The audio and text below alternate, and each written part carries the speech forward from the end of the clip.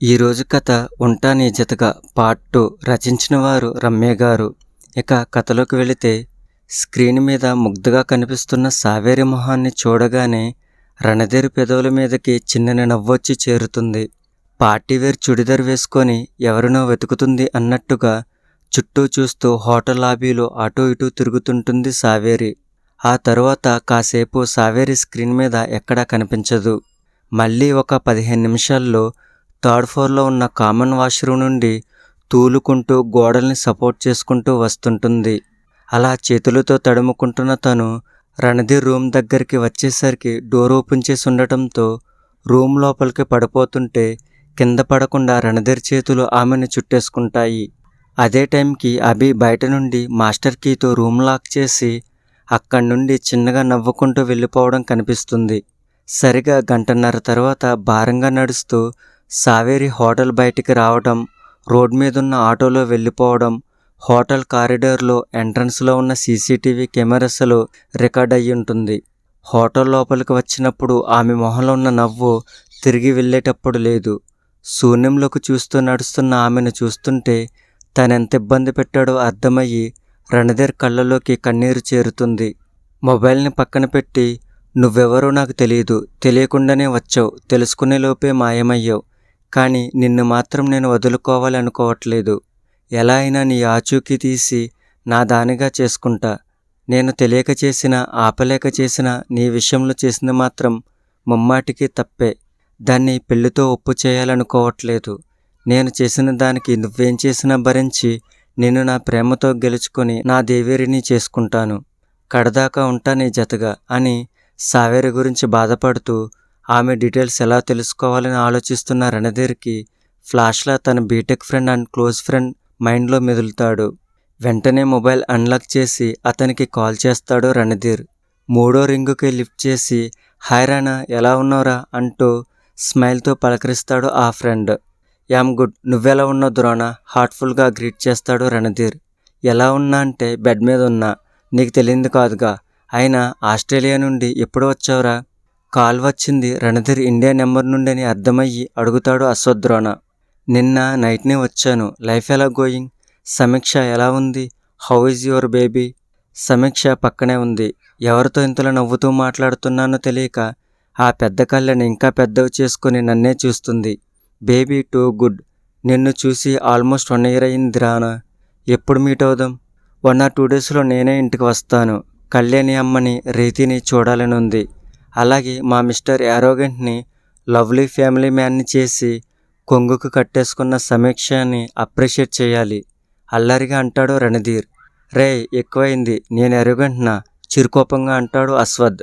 కాదా, కాలేజీలో ఎన్ని గొడవలు చేసావు, ఎన్ని ప్రపోజల్స్ వచ్చాయి నీకు. ఆ ప్రపోజ్ చేసిన అమ్మాయిలని ఎలా ట్రీట్ చేసావు. నువ్వు మర్చిపోయినా నేను మర్చిపోలేదు బాబు. I remember everything. అమ్మాయికి ఆమెడు దూరం పోయేవాడివి, ఇప్పుడు సమీక్ష జపం చేస్తున్నావంటే తను నిన్నెంతలా ఇన్ఫ్లుయెన్స్ చేస్తుందో నా కళ్ళతో నేను చూడాలి. సో తప్పకుండా 1 or 2 daysలో నేను మీట్ అవుతాను. హలో బాబు, ఆ గొడవల్లో తమరస్తాలు కూడా ఉన్నాయి. ఏది చేసినా కలిసే చేసాం. ఇంకా ప్రపోజల్స్ నీకేదో తక్కువ వచ్చినట్టు. సొల్లుమాని మ్యాటర్ ఏంటో చెప్పు. ఇంత నైట్ టైం కాలంటే ఏదో ఇంపార్టెంట్ అని నాకు అర్థమవుతుంది ఆలోచిస్తూ అడుగుతాడు అశ్వద్. నువ్వు టూ షార్ప్రా, నాకు అమ్మాయి గురించి డీటెయిల్స్ కావాలి. స్ట్రైట్గా పాయింట్లోకి వస్తాడు రణధీర్. అమ్మాయా, ఏమైందిరా, ప్రేమ దోమేమన్నా కుట్టిందా ఏంటి? ఆశ్చర్యంగా అడుగుతాడు అశ్వద్. కుట్టి ఎగిరిపోయింది. ఇప్పుడు తనని పట్టుకోవాలి. తన ఫోటో తప్ప తన పేరు కూడా నాకు తెలియదు. నువ్వేం చేస్తావో ఎలా చేస్తావో నాకు తెలీదు. మీ సివిల్ ఫ్రెండ్స్ బ్యాచ్ని పట్టుకొని తన ఫోటోను బట్టి ఫుల్ డీటెయిల్స్ నాకు ఇవ్వాలి. చేస్తావా? అభ్యర్థనగా అడుగుతాడు. రణధీర్ మాటల్లో బాధ అశ్వద్ హృదయాన్ని తాకడంతో, రేపు ఆఫ్టర్నూన్కే డీటెయిల్స్ షేర్ చేస్తా. నువ్వు మాత్రం డల్ అవ్వకురానా. నీ మనసు గెలుచుకుందంటే ఖచ్చితంగా తను చాలా లక్కీ. నువ్వు హ్యాపీగా నిద్రపో. రేపు లంచ్ టైంకి నీ ప్రేమ దోమ గురించి ఇన్ఫర్మేషన్ ఇస్తాను అంటూ నవ్వుతాడు. నాకు తెలుసురా నీ గురించి. రేపు నీ కాల్ కోసం వెయిట్ చేస్తుంటా. Good night. కాల్ కట్ చేస్తాడు రణధీర్. కట్ అయిన మొబైల్ని పక్కన పెట్టి తననే చూస్తున్న సమీక్షని గుండెల మీదకు లాక్కొని రణధీర్ గురించి చెప్తాడు ద్రోణ. వాడు చాలా మంచోడు సమీ. ఆ అమ్మాయిని సీరియస్గానే కావాలనుకుంటున్నాడు. సో గట్టిగా ట్రై చేయాలని చెప్తున్నంతలో ద్రోణ మొబైల్కి సావేరి పిక్ని వీడియో నుండి కట్ చేసి సెండ్ చేస్తాడు రణధీర్. ద్రోణతో పాటుగా సమీక్ష కూడా ఆ ఫోటోని చూస్తూ, ఆ అమ్మాయి చాలా బాగుంది అశ్వథ్, అచ్చం యువరాణిలా అంటూ దేవకన్యలా ఉన్న సావేరిని చూస్తూ చెప్తుంది. రాణా యువరాజ్ అయినప్పుడు తను యువరాణిని అవుతుంది.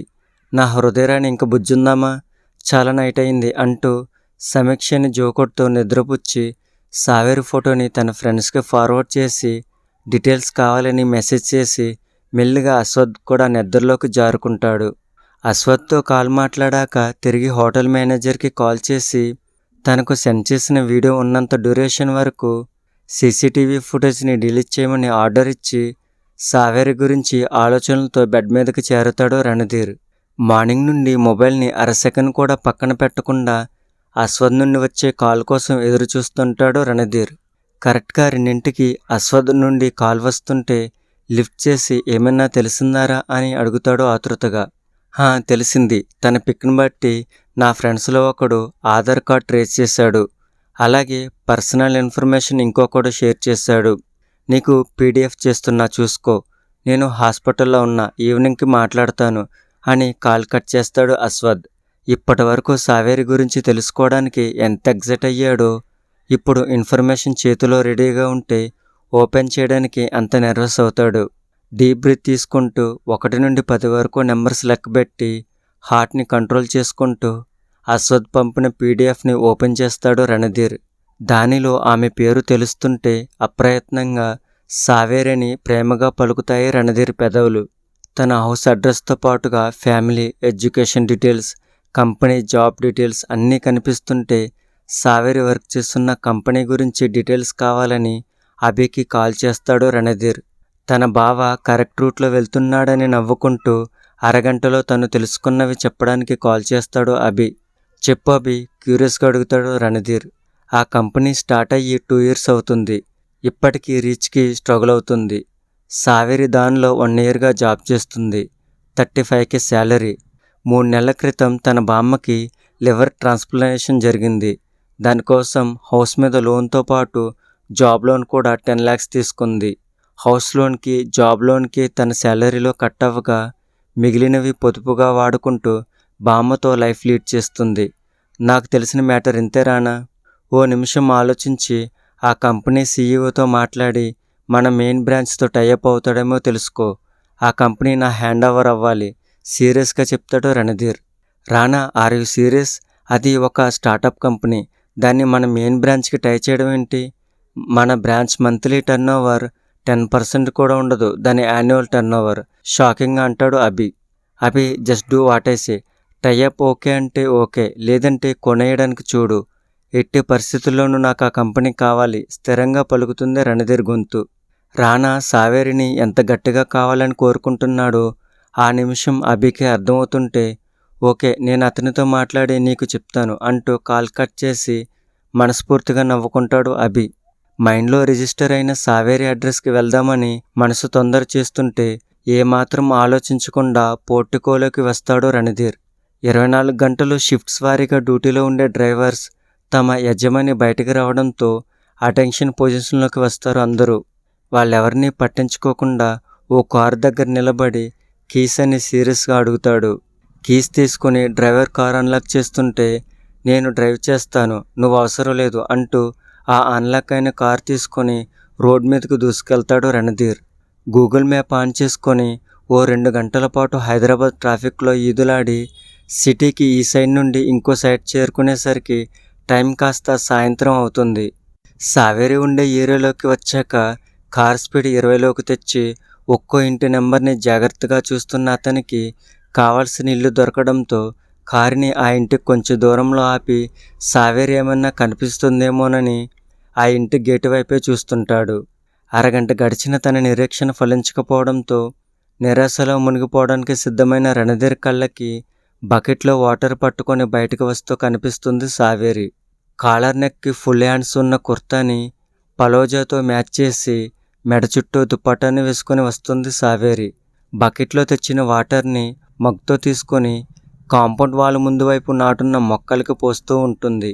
కొంచెం దూరంలో ఉన్న రణధీర్ కళ్ళకి ఆమె వాడిపోయిన మొహం, ఉబ్బిన కళ్ళు, ఒక సైడు పగిలిన పెదవి కనిపిస్తుంటే తనెంత కంట్రోల్ లేకుండా బిహేవ్ చేశాడో గుర్తొచ్చి తన మీద తనకే కోపం, అసహ్యం అనిపిస్తుంది. తన నుండి విడిపించుకోవాలని ఆమె మనసు కోరుతున్న శరీరం నిరాకరించడంతో తనేం చేస్తున్నా బాధగా భరిస్తూ సావేరి ఎలా తనలో కలిసిపోయిందో గుర్తొస్తుంటే రణధీర్ కళ్ళు ఎర్రగా నిప్పుల కొలిమిలా మారతాయి. నీ ఇష్టం లేకుండానే నీ శరీరాన్ని సొంతం చేసుకున్నాను. నీ ఇష్టంతో నీ మనసు సొంతం చేసుకొని నీ వాడిలా మారి నీ పెదవుల మీద ఎప్పటికీ చెరగని నవ్వునై నిలుస్తాను సావేరి. ఈ క్షణం నుండి ఈ రణధీర్ సూర్యదేవ్ వర్మ నీ ప్రేమకై ఎదురుచూసే నీ సూర్య.